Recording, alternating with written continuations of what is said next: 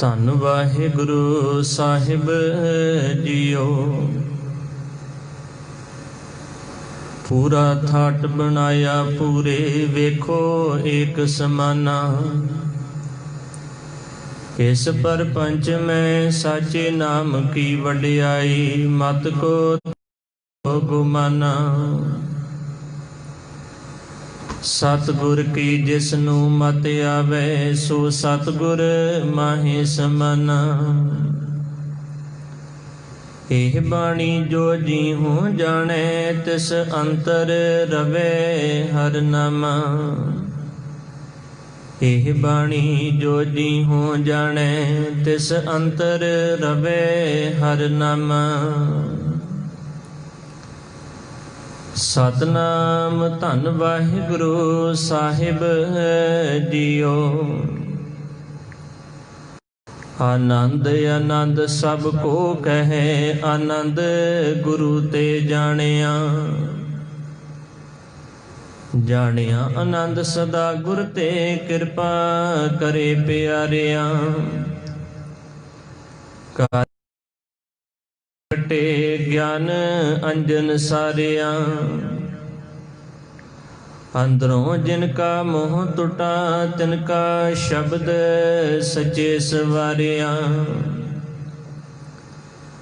ਕਹੇ ਨਾਨਕ ਇਹੋ ਆਨੰਦ ਹੈ, ਆਨੰਦ ਗੁਰੂ ਤੇ ਜਾਣਿਆ। ਕਹੇ ਨਾਨਕ ਇਹੋ ਆਨੰਦ ਹੈ, ਆਨੰਦ ਗੁਰੂ ਤੇ ਜਾਣਿਆ। ਵਾਹਿਗੁਰੂ ਜੀ ਕਾ ਖਾਲਸਾ, ਵਾਹਿਗੁਰੂ ਜੀ ਕੀ ਫਤਿਹ। ਪਰਮ ਸਨਮਾਨਯੋਗ ਧੰਨ ਧੰਨ ਸਾਹਿਬ ਸ੍ਰੀ ਗੁਰੂ ਗ੍ਰੰਥ ਸਾਹਿਬ ਸੱਚੇ ਪਾਤਸ਼ਾਹ ਜੀ ਦੇ ਪਾਵਨ ਦਰਬਾਰ ਦੀਆਂ ਹਾਜ਼ਰੀਆਂ ਭਰ ਰਹੇ ਸਤ ਸੰਗੀ ਜਨੋ, ਸਤਿਗੁਰਾਂ ਨੇ ਅਪਾਰ ਕਿਰਪਾ ਕੀਤੀ ਹੈ,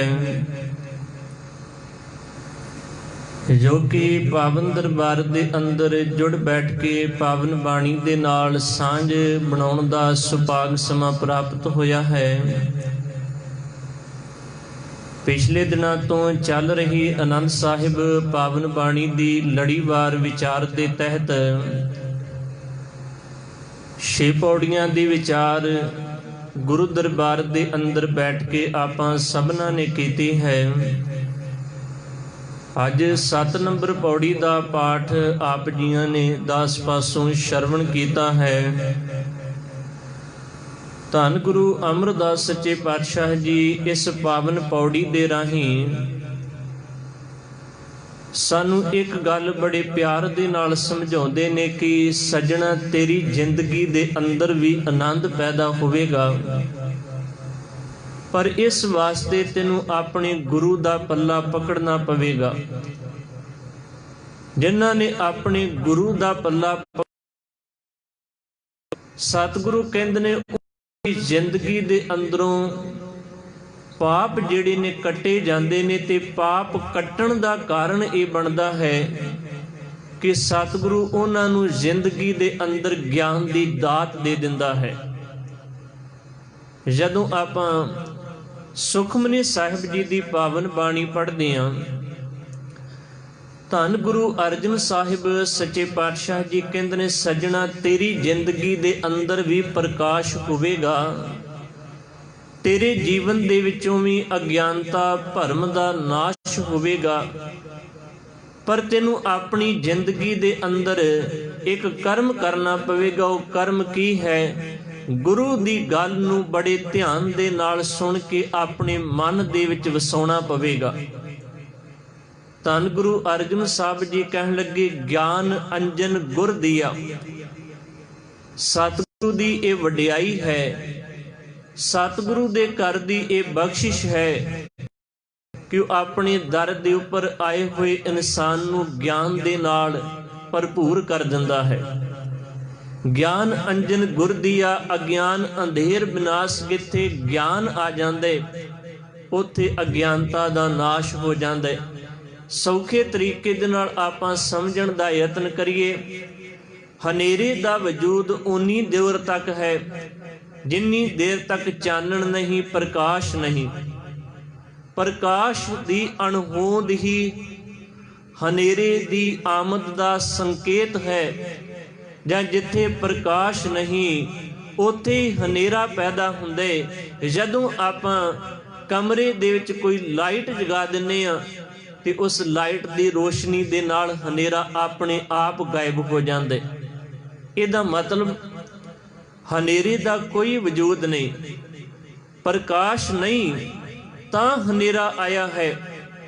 ਬਿਲਕੁਲ ਇਸੇ ਤਰੀਕੇ ਦੇ ਨਾਲ ਅਗਿਆਨਤਾ ਦਾ, ਝੂਠ ਦਾ ਆਪਣਾ ਕੋਈ ਵਜੂਦ ਨਹੀਂ। ਅਗਿਆਨਤਾ ਤਾਂ ਹੈ ਕਿਉਂਕਿ ਸਾਡੇ ਅੰਦਰ ਗਿਆਨ ਨਹੀਂ। ਝੂਠ ਸਾਡੀ ਜ਼ਿੰਦਗੀ ਦਾ ਸਾਥ ਤਾਂ ਬਣਿਆ ਹੋਇਆ ਕਿਉਂਕਿ ਸਾਡੇ ਕੋਲ ਸੱਚ ਦੀ ਵਿਚਾਰ ਨਹੀਂ। ਇਸੇ ਕਰਕੇ ਧੰਨ ਗੁਰੂ ਗ੍ਰੰਥ ਸਾਹਿਬ ਮਹਾਰਾਜ ਜੀ ਕਹਿੰਦੇ ਨੇ, ਗੁਰੂ ਦੇ ਦਰ ਦੇ ਉੱਪਰ ਆਇਆ ਗੁਰੂ ਤੇਰੇ ਜੀਵਨ ਨੂੰ ਗਿਆਨ ਦੇ ਨਾਲ ਭਰ ਦੇਵੇਗਾ। ਤੇ ਜਿਸ ਇਨਸਾਨ ਦੀ ਜ਼ਿੰਦਗੀ ਦੇ ਅੰਦਰ ਗਿਆਨ ਪੈਦਾ ਹੋ ਜਾਂਦੇ, ਇਨਸਾਨ ਆਪਣੇ ਜੀਵਨ ਦੇ ਅੰਦਰ ਪਾਪਾਂ ਤੋਂ ਤੋਬਾ ਕਰ ਲੈਂਦੇ, ਗਲਤ ਕੰਮਾਂ ਤੋਂ ਤੋਬਾ ਕਰ ਲੈਂਦੇ, ਜ਼ਿੰਦਗੀ ਦੇ ਅੰਦਰ ਫਿਰ ਆਨੰਦ ਬਣ ਜਾਂਦਾ ਹੈ। ਧੰਨ ਗੁਰੂ ਅਰਜਨ ਸਾਹਿਬ ਕਹਿਣ ਲੱਗੇ, ਗਿਆਨ ਅੰਜਨ ਗੁਰ ਦੀਆ, ਅਗਿਆਨ ਅੰਧੇਰ ਵਿਨਾਸ਼, ਹਰ ਕਿਰਪਾ ਤੇ ਸੰਤ ਭੇਟਿਆ ਨਾਨਕ, ਮਨ ਪ੍ਰਗਾਸ। ਮਨ ਦੇ ਵਿੱਚ ਪ੍ਰਕਾਸ਼ ਹੋ ਗਿਆ, ਚਾਨਣ ਹੋ ਗਿਆ, ਅਗਿਆਨਤਾ ਚਲੀ ਗਈ, ਗਿਆਨ ਦਾ ਵਾਸਾ ਹੋ ਗਿਆ। ਵੈਸੇ ਧੰਨ ਗੁਰੂ ਗ੍ਰੰਥ ਸਾਹਿਬ ਮਹਾਰਾਜ ਜੀ ਦੀ ਪਾਵਨ ਬਾਣੀ ਨੂੰ ਪੜ੍ਹੀਏ।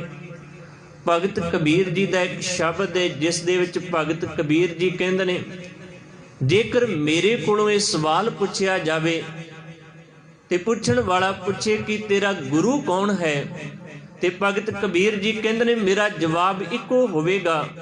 ਮੈਂ ਉਸ ਨੂੰ ਜਵਾਬ ਦੇਵਾਂਗਾ ਕਿ ਮੇਰਾ ਗੁਰੂ ਗਿਆਨ ਹੈ, ਮੇਰਾ ਗੁਰੂ ਵਿਵੇਕ ਹੈ। ਆਪਾਂ ਪੰਕਤੀ ਪੜ੍ਹਦੇ ਹਾਂ ਭਗਤ ਕਬੀਰ ਜੀ ਦੀ, ਕਹੋ ਕਹਿਤ ਕਬੀਰ ਮੈਂ ਸੋ ਗੁਰ ਪਾਇਆ, ਜਾ ਕਾ ਨਾਉ ਵਿਵੇਕੋ। ਤੇ ਧੰਨ ਗੁਰੂ ਨਾਨਕ ਸਾਹਿਬ ਜੀ ਨੇ ਆਪਣੀ ਜ਼ਿੰਦਗੀ ਦੇ ਅੰਦਰ ਸੰਸਾਰ ਦੇ ਲੋਕਾਂ ਨੂੰ ਇਹੀ ਬਾਤ ਸਮਝਾਈ ਹੈ ਕਿ ਇਹ ਮੈਨੂੰ ਮੰਨਣ ਵਾਲਿਓ, ਆਪਣੀ ਜੀਵਨ ਦੇ ਅੰਦਰ ਇੱਕ ਗੱਲ ਯਕੀਨੀ ਤੌਰ ਤੇ ਮੰਨ ਲਿਓ, ਪੱਕੀ ਕਰਕੇ ਆਪਣੇ ਜੀਵਨ ਦੇ ਅੰਦਰ ਵਸਾ ਲਿਓ ਕਿ ਤੁਹਾਡਾ ਗੁਰੂ ਸ਼ਬਦ ਹੈ, ਤੁਹਾਡਾ ਗੁਰੂ ਗਿਆਨ ਹੈ। ਤੁਸੀਂ ਕਿਸੇ ਦੇਹਧਾਰੀ ਗੁਰੂ ਦੇ ਅੱਗੇ ਮੱਥਾ ਟੇਕਣ ਵਾਲੇ ਨਹੀਂ ਜੇ। ਤੁਸੀਂ ਕਿਸੇ ਪਖੰਡੀ ਨੂੰ ਗੁਰੂ ਮੰਨ ਕੇ ਉਹਦੀ ਪੂਜਾ ਕਰਨ ਵਾਲੇ ਨਹੀਂ। ਤੁਹਾਡੀ ਜ਼ਿੰਦਗੀ ਦੇ ਅੰਦਰ ਸ਼ਬਦ ਹੀ, ਗਿਆਨ ਹੀ ਅਹਿਮੀਅਤ ਰੱਖਦਾ ਹੈ ਤੇ ਇਸੇ ਗਿਆਨ ਨੇ ਤੁਹਾਡੇ ਜੀਵਨ ਦਾ ਪਾਰ ਉਤਾਰਾ ਕਰਨਾ ਹੈ।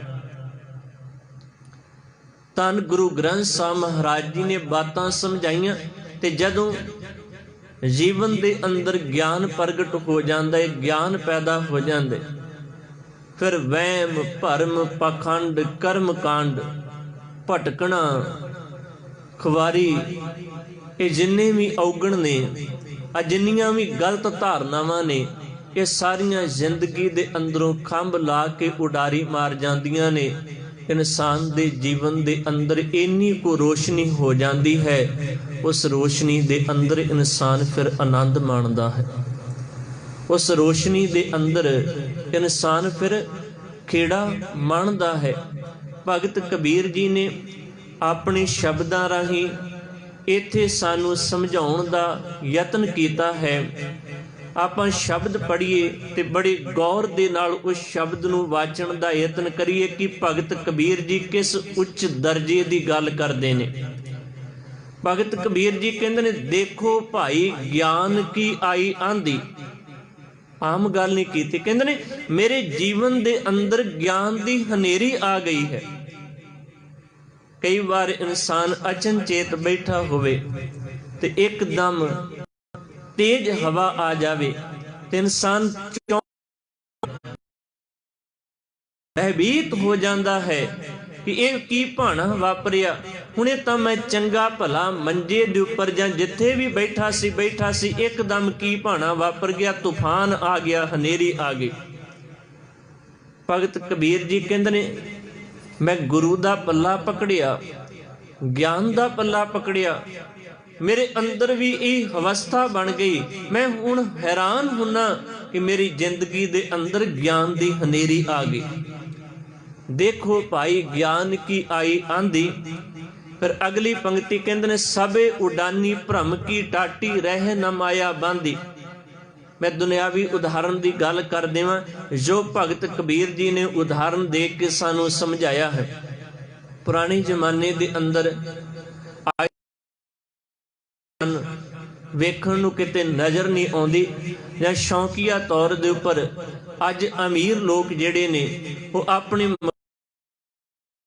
ਵਿਹੜਿਆਂ ਦੇ ਅੰਦਰ ਕੱਖਾਂ ਦੀ ਛੰਨ ਬਣਾਉਂਦੇ ਨੇ, ਪਰ ਪੁਰਾਣੇ ਜ਼ਮਾਨੇ ਦੇ ਅੰਦਰ ਆਮ ਘਰਾਂ ਦਾ ਇਹੀ ਵਰਤਾਰਾ, ਪੱਕੇ ਮਕਾਨ ਵੇਖਣ ਨੂੰ ਨਹੀਂ ਸਨ ਮਿਲਦੇ, ਕੱਚੀਆਂ ਕੱਖਾਂ ਦੀ ਛੰਨ ਜਾਂ ਛੱਪਰ ਹੀ ਸਾਨੂੰ ਕਿਤੇ ਨਾ ਕਿਤੇ ਵੇਖਣ ਨੂੰ ਮਿਲਦੇ ਸਨ।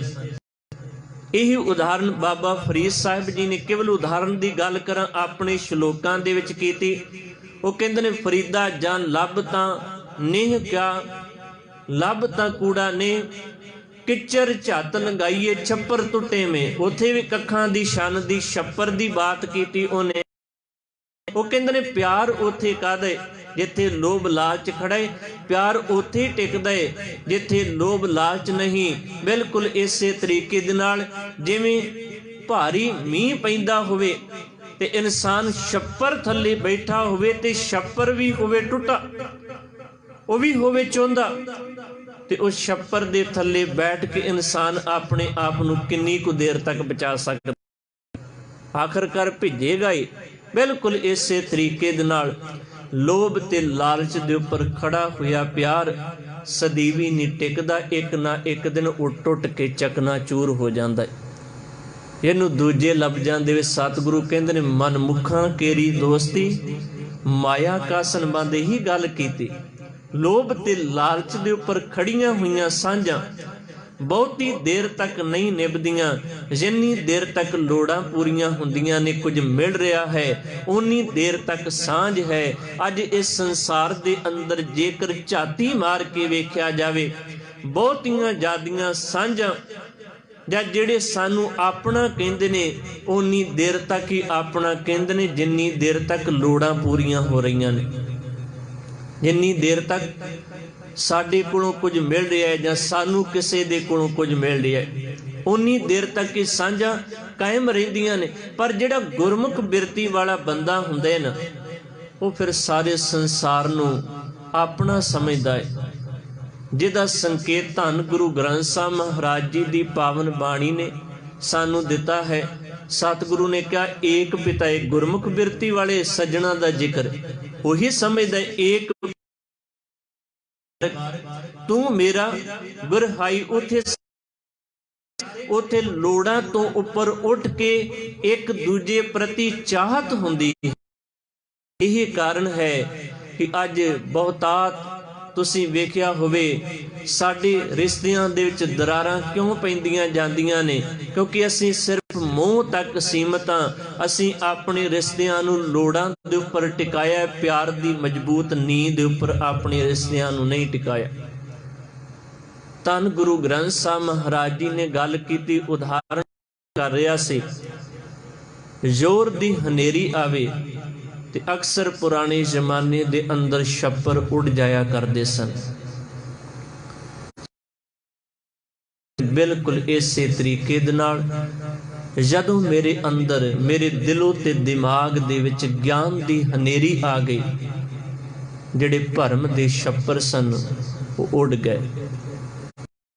ਭਾਈ ਗਿਆਨ ਕੀ ਆਈ ਆਂधी, ਸਭੇ ਕੀ ਟਾਟੀ ਰਹਿ ਨ ਮਾਇਆ ਬਾਂਧੀ। ਕਹਿੰਦੇ ਨੇ ਜਿਸ ਮਾਇਆ ਦੇ ਆਸਰੇ ਆ ਭਰਮ ਦੇ ਛੱਪਰ ਟਿਕਾਏ ਹੋਏ ਸਨ ਜਾਂ ਭਰਮ ਟਿਕਿਆ ਸੀ, ਉਹ ਮਾਇਆ ਹੀ ਨਹੀਂ ਰਹੀ ਤੇ ਭਰਮ ਕਿੱਥੋਂ ਰਵੇਗਾ। ਦੁਚਿੱਤੇ ਕੀ ਦੋਏ ਥੂਨ ਗਰਾਨੀ ਮੋਹ ਬਲੇਦਾ ਟੂਟਾ। ਇੱਥੇ ਥੰਮੀਆਂ ਦਾ ਜ਼ਿਕਰ ਕਰ ਦਿੱਤਾ। ਸ਼ਤੀਰ ਜ਼ਿਕਰ ਕਰ ਦਿੱਤਾ, ਜ਼ੋਰ ਦੀ ਹਨੇਰੀ ਆਵੇ ਸਾਰਾ ਢਾਂਚਾ ਹੀ ਥੱਲੇ ਆ ਜਾਂਦਾ ਹੈ।